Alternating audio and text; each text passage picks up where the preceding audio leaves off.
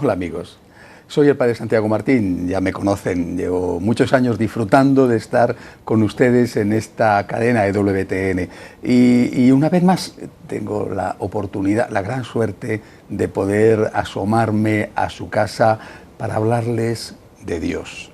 Es lo más importante. Sin embargo, en esta ocasión algo va a ser un poquito distinto, no mucho, pero sí un poco diferente, porque siempre les he hablado de espiritualidad, de muchos aspectos, el credo, la familia, la Santísima Virgen, y esta vez voy a hablar de espiritualidad, pero a través de un documento, la Amoris Laetitia, la exhortación apostólica que no hace mucho publicó el Papa Francisco, concretamente el 19 de marzo de 2016.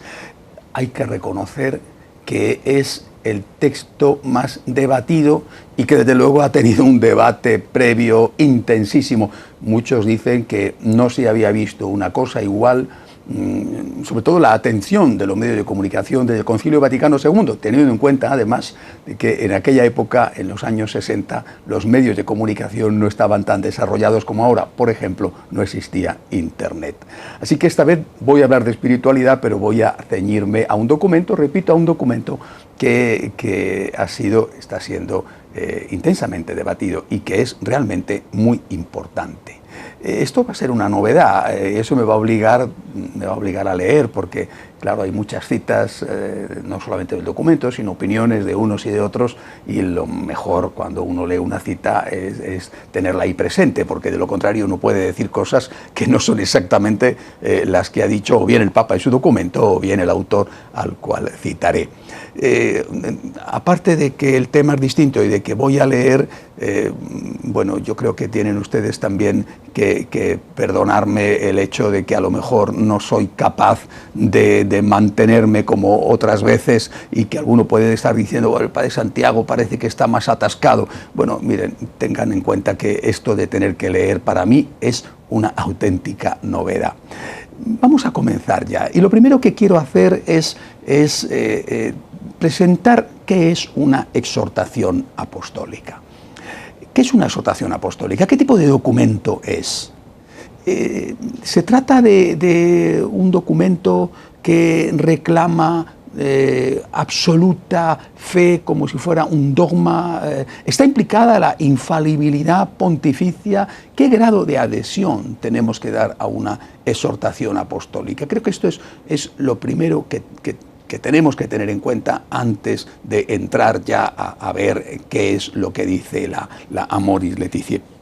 Las exhortaciones apostólicas, en general, hay que partir de ahí, son documentos oficiales del Papa, que no se refieren a cuestiones doctrinales, sino a cuestiones pastorales. Creo que esta es la primera característica que tenemos que tener en cuenta. No estamos hablando de un documento dirigido a sentar cátedra en tema de doctrina, sino a ver cómo hay que comportarse sin tocar la doctrina. La doctrina no se modifica desde luego en una exhortación apostólica.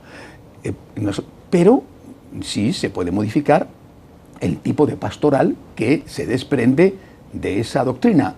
¿Qué tipo de modificación? ¿Una modificación pasar de la noche al día? ¿Antes se hacía así y ahora hay que hacer lo contrario? Eso es lo que vamos a ir viendo, lógicamente, no solamente en este programa de hoy, sino en los 13 programas que vamos a dedicar, nada menos que 13 programas, a la Amoris Laetitia. Es decir, a través de una exhortación apostólica, el pontífice exhorta, de ahí el nombre, anima, insta a los fieles a que se comporten de una determinada manera sobre un asunto concreto. El rango de importancia de este tipo de magisterio pontificio es el tercero. Es decir, también en los documentos de los papas hay categorías. La primera, la más importante, y por lo tanto la que requiere una mayor adhesión, es la encíclica. En segundo lugar, es la Constitución Apostólica. En tercer lugar, va a venir la exhortación apostólica. Después vienen las cartas apostólicas y por último los breves apostólicos. Hay que dejar claro una cosa: ninguna de estas cosas, ni encíclica, ni constitución apostólica, ni exhortación apostólica, ni ninguna de estas cosas reclaman una fidelidad absoluta, como en cambio sí la reclama un dogma de fe. Es decir, por encima de todas estas cosas está el dogma de fe. Pero el dogma de fe es algo que el Papa proclama de una forma muy solemne, muy explícita. El Papa habla ex cátedra, así es como se dice, y generalmente habiendo consultado antes a los obispos de todo el mundo, aunque no es obligatorio, y además lo proclama, dice, esto es dogma de fe, zanjando una discusión que se ha tenido en la Iglesia sobre ese tema durante el tiempo que sea, a veces siglos, como pasó, por ejemplo, con el dogma de la Inmaculada Concepción de la Virgen María. Cuando se proclama un dogma, cuando se dice esto es dogma de fe, tenemos que creerlo y se han acabado las discusiones. Es decir, desde el momento en que el Papa dice esto es dogma de fe, ese tema ya queda fuera de la discusión. Ahora tenemos que acatarlo. Y todo lo que no es dogma de fe, es decir, lo que viene contenido en una encíclica, primer rango, lo que viene contenido en una constitución apostólica, lo que viene contenido en la exhortación, en la carta, todo eso, ¿qué hay que hacer con ello? ¿Hay que simplemente escucharlo, no darle mayor importancia, o hay que tomárselo también en serio, aunque no tenga la categoría de dogma de fe y por lo tanto, aunque no tengamos que darle el mismo tipo de adhesión que al dogma de fe? Repito, es a los dogmas de fe a los que afecta la infalibilidad pontificia. Es decir, lo que en ellos se proclama, y solo a eso debemos dar asentimiento total y pleno, con la certeza absoluta de que eso es verdadero. Solo en los dogmas de fe la certeza tiene que ser absoluta. Ahora bien, el hecho de que una enseñanza del Papa no vaya avalada por la categoría de dogma no significa que pueda ser rechazada. Tanto más alto sea el documento, la encíclica, la constitución, la exhortación, la carta, tanto más alto sea el documento con que haya sido publicada esa enseñanza, más adhesión exigirá al católico. Cuando un papa publica un mensaje que él quiere dar a los católicos, ya está el propio Papa diciendo la importancia del mensaje al decir que lo publica como encíclica o como constitución o como exhortación o como carta. Él mismo está estableciendo un rango. Esto es una cosa sabida, quizá no por el común de los fieles, pero sí desde luego sabida en la Iglesia por los teólogos, por los obispos, por supuesto por el Vaticano. Por lo tanto, una encíclica exige más adhesión que una constitución apostólica, y ambas más que una exhortación, y estas tres más que una carta apostólica, y todas ellas más que una bula. El que una exija más adhesión que otra, esto es también muy importante, no significa que la que pide menos pueda ser despreciada o no tenida en cuenta.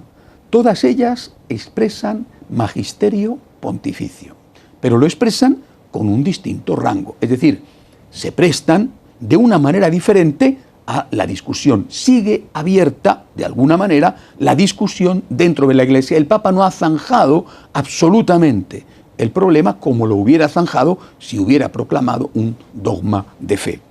El Papa Pío XII se refirió a esto en la encíclica Humani Generis. Voy a leer una cita textual de esa encíclica de Pío XII.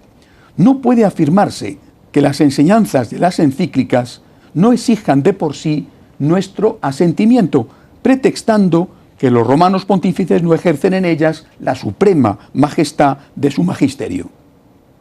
Son enseñanzas del magisterio ordinario, para las cuales valen también aquellas palabras. Son las palabras de Jesús que cita el Papa Pío XII. El que a vosotros os escucha, a mí me escucha. Lucas 10:16.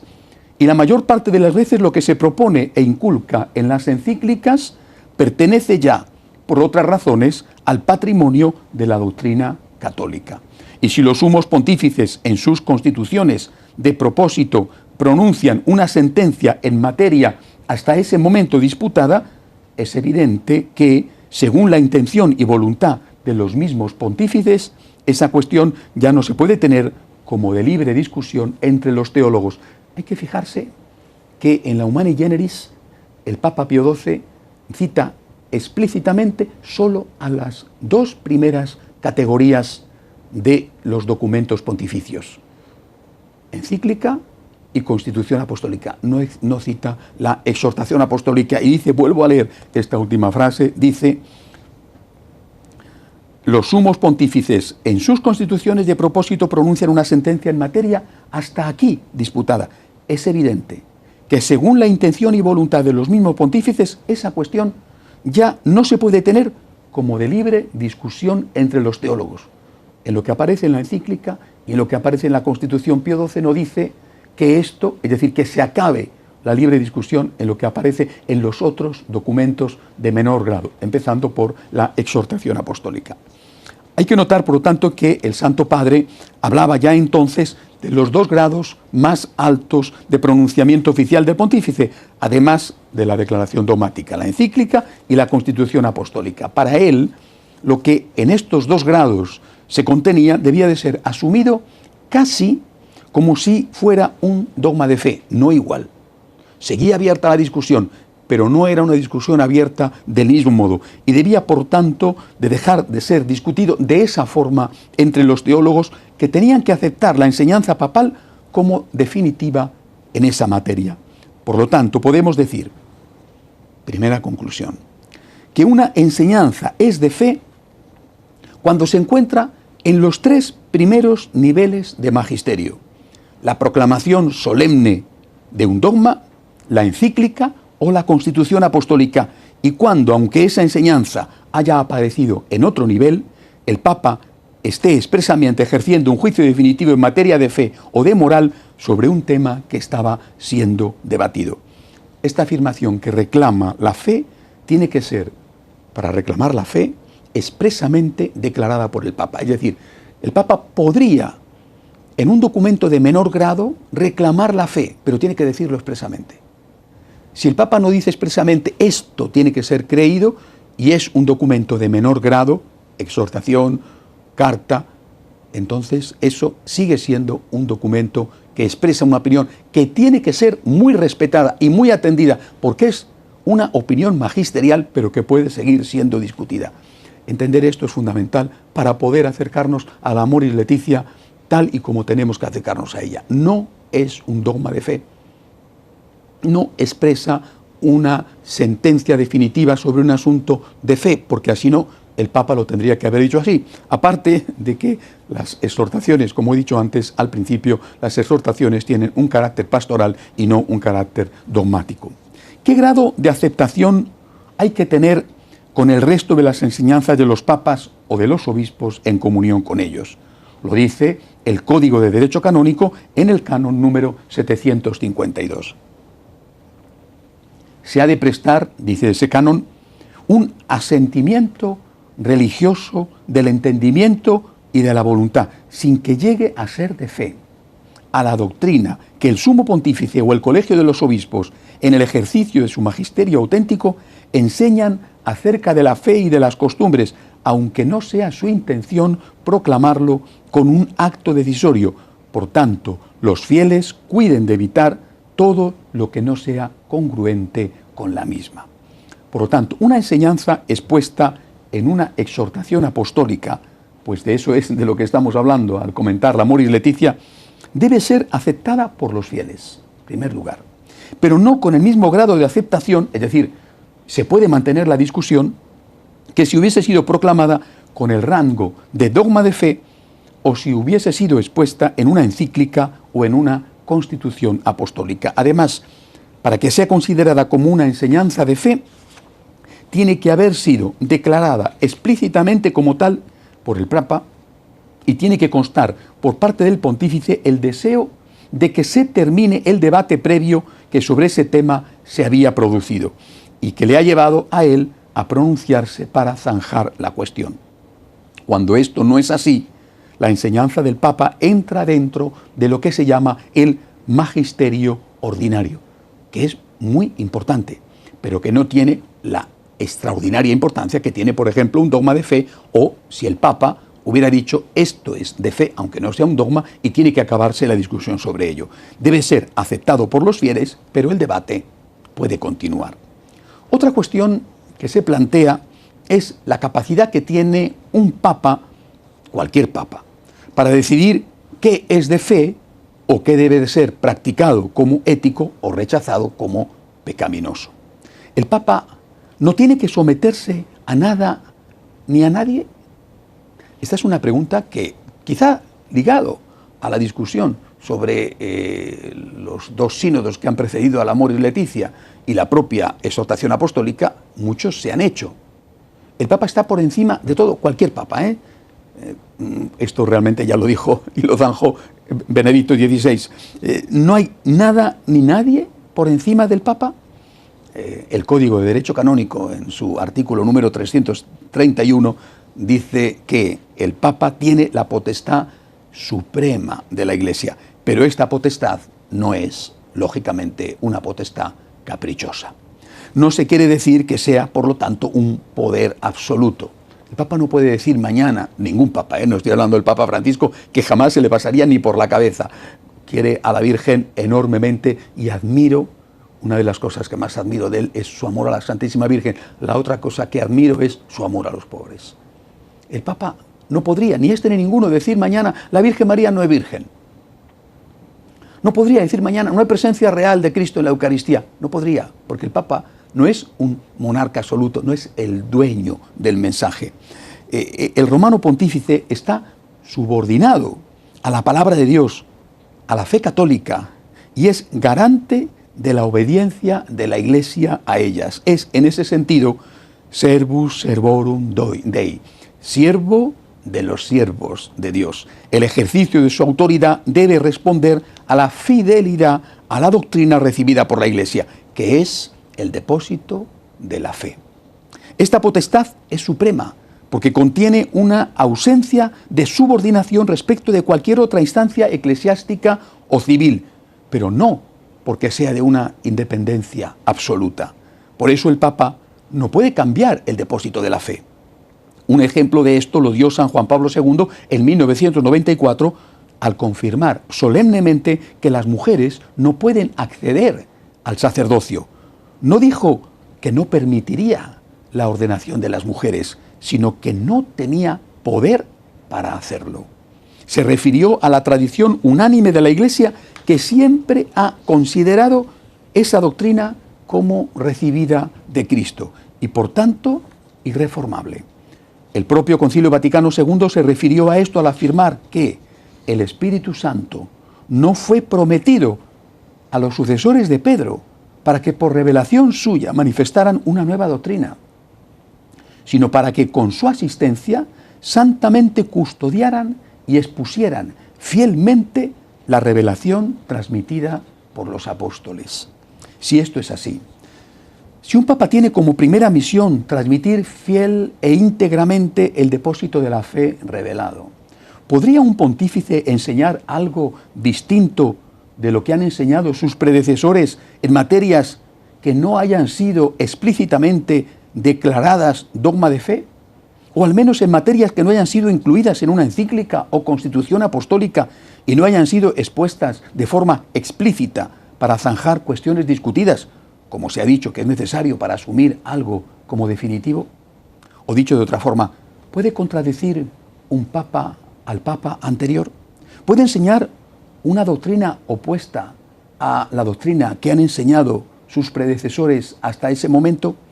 El cardenal Caffarra, arzobispo emérito de Bolonia y probablemente el mejor experto en teología moral que hay en este momento en la Iglesia, se refería hace unas semanas a este tema, hablando precisamente del Amoris Laetitia y del revuelo que han armado algunos de los puntos incluidos en esta, especialmente en lo concerniente a la comunión de los divorciados vueltos a casar. El capítulo 8, decía el cardenal Caffarra, objetivamente no es claro, son palabras suyas. ¿Cómo se explicaría entonces el conflicto de interpretaciones que ha estallado entre los obispos? Cuando esto ocurre, es necesario verificar si hay otros textos del magisterio que sean más claros, teniendo presente, en principio, en materia de doctrina de la fe y moral, el magisterio no puede contradecirse. No se debe confundir contradicción y desarrollo. Si digo S es P y luego digo P es S, no significa que he profundizado lo primero.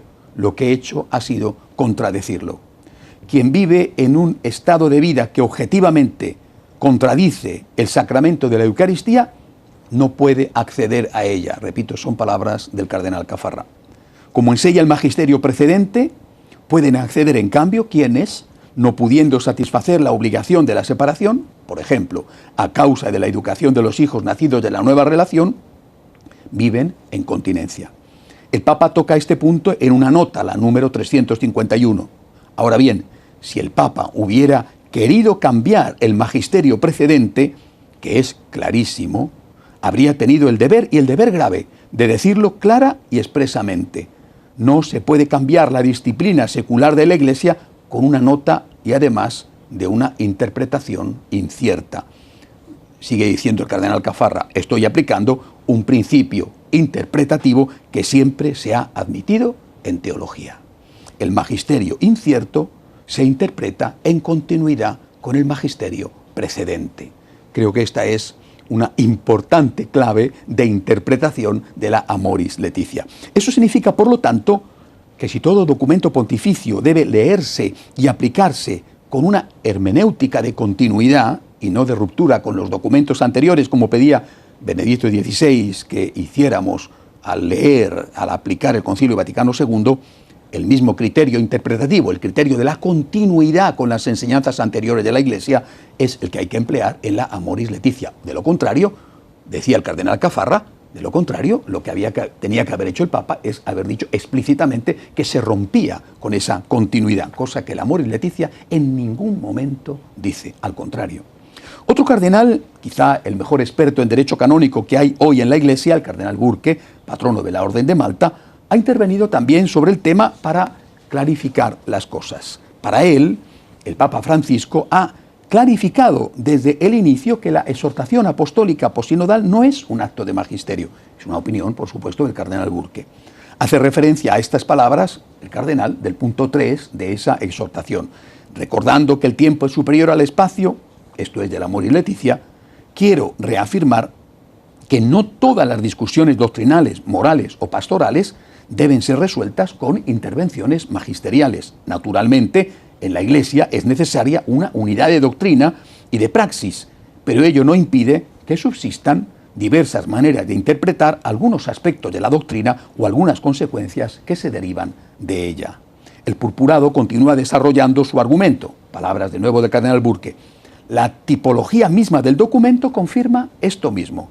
Está escrito como una reflexión del Santo Padre sobre el trabajo de las últimas 2 sesiones del Sínodo de los Obispos. Por ejemplo, en el capítulo 8, que a algunos les gusta interpretar como objeto de una nueva disciplina, con implicaciones obvias para la doctrina de la Iglesia. El Papa Francisco, citando la exhortación apostólica posinodal Evangelium Gaudium, afirma: comprendo a quienes prefieren una pastoral más rígida que no da lugar a confusión alguna, pero creo sinceramente que Jesucristo quiere una Iglesia atenta al bien que el Espíritu derrama en medio de la fragilidad.